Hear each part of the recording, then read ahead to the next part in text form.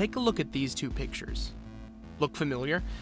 What if I told you that FNAF World is actually the crying child's own personal mindscape? Howdy folks, it's me Aaron, back with another FNAF theory. Now, not all my videos are going to be FNAF related, but certainly a few are, as it's currently a hyperfixation of mine. I have a theory that I've been cooking up for a while though, so without further ado, here it is. On the left is a map of FNAF World. On the right is a map of the human brain. Each part of the brain correlates to a zone in FNAF World. Even the frontal lobe is represented by a dusty desert area. We know that of the two bite victims in the world of FNAF, Crying Child is the only identity we have confirmed, so this inexplicably links FNAF World and the Crying Child. Allow me to take a small detour for a moment. We know that Cassidy and the Crying Child are possessing Fredbear. We also know that Cassidy, or some would like to tell you, the one you should not have killed, has dragged William Afton into his own personal hell realm. What if, because of his link with the Crying Child, Cassidy was forced to drag him in as well? Firstly, let me tell you the story of the Stitch Wraith. In the various Stitch Wraith stories in the Fazbear Fright series, we see it inhabited by two spirits. One of those two spirits is Andrew, and Andrew is the closest thing to Cassidy's role in the game that we see in the books. The other soul is a child named Jake. Wherever Andrew goes, Jake is stuck with him for one reason or another.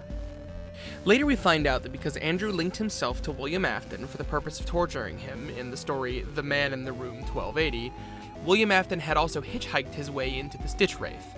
Afton's presence infected the Stitch Wraith, and the three were linked for some time.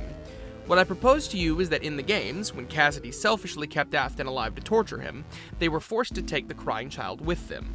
But they felt bad for the young boy and helped him create his own more pleasant world for him to distract himself with. This realm is FNAF World. We can see connections in various places. Firstly, Fredbear is your guide throughout FNAF World, a tutorial of sorts. You can also see an interesting connection with the non-canon holiday animatronics like Jacko Chica, whose only appearances are in FNAF 4, FNAF World, and Ultimate Custom Night. Not to mention that Jacko Chica is one of the mini animatronics in Ultimate Custom Night that directly mentions the one you should not have killed. Greetings from the fire, and from the one you should not have killed. Secondly, the appearance of Old Man Consequences. The only two canon appearances of Old Man Consequences is in these two games, and his ending can be achieved in both. If you drown in his lake, the game will crash and you will get the ending. Ultimate Custom Night shares the same info file as FNAF World, which is why this works. Funnily enough, if you take the drowning path in the Old Man Consequences ending of FNAF World, an image appears after you wait long enough. It's an image of a taller person holding two younger children. Sort of like the Afton children consist of one much older brother and two younger siblings. If the player can collect all the clock pieces in FNAF World, there's another ending where your trophy is the Crying Child himself. In the ending, a figure with small yellow eyes tells the player, "We are still your friends." Do you believe that? It continues with, "The pieces are in place for you.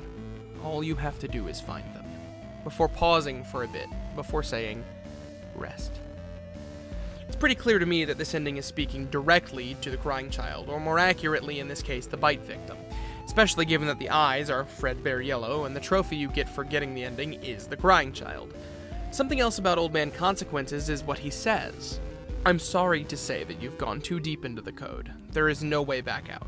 This mirrors how Jake, in the Stitch Wraith stories, almost gets pulled into his own pleasant memories and begins fading away into them permanently. Plus, what could be more pleasant than fishing with an old man? My name is Old Man Consequences. Come have a seat. Let's fish for a while. You have nowhere else to go. Something else to be noted is that in Ultimate Custom Night, all the animatronics who speak of the one you should not have killed speak with male pronouns, like so. He's here and always watching, the one you shouldn't have killed. I have seen him, the one you shouldn't have killed. I am remade, but not by you, by the one you should not have killed. And yet when we hear them whisper behind some of the animatronics' voice lines, it definitely sounds female.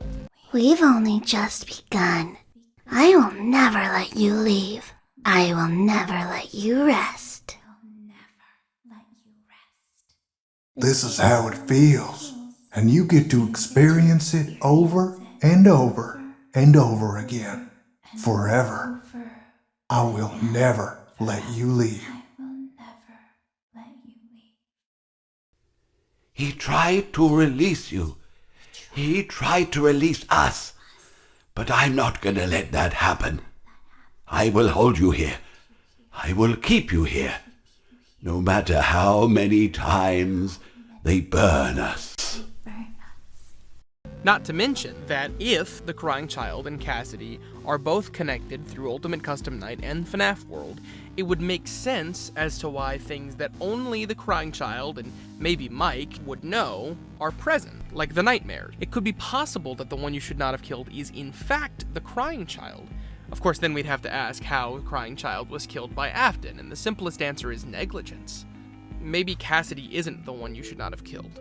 Maybe Cassidy is seeking vengeance for a friend who was ignored and pushed to the side, a friend who died due to his father's negligence, a friend who they've attached themselves to, and given a world of carefree adventure while they torture the man responsible.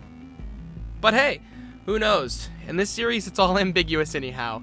I'm just here to point out the connective threads. That's it. I hope you like this theory, and I can't wait to do more of these.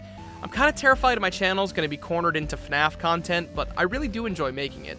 Next theory will probably be about something else, unless the FNAF community explodes even more than it already has with all the new teasers and trailers for Ruin and the movie and Help Wanted 2. But hey, if you like this video, leave a like and feel free to comment, subscribe even if that suits your fancy. Remember, most of the time, I'm just being a kind of short-sighted ultra fan of this content, and I'm often mistaken or just plain wrong about a lot. So I really would love to see what you guys have to say. That being said, I'll see you guys in the next one. Peace!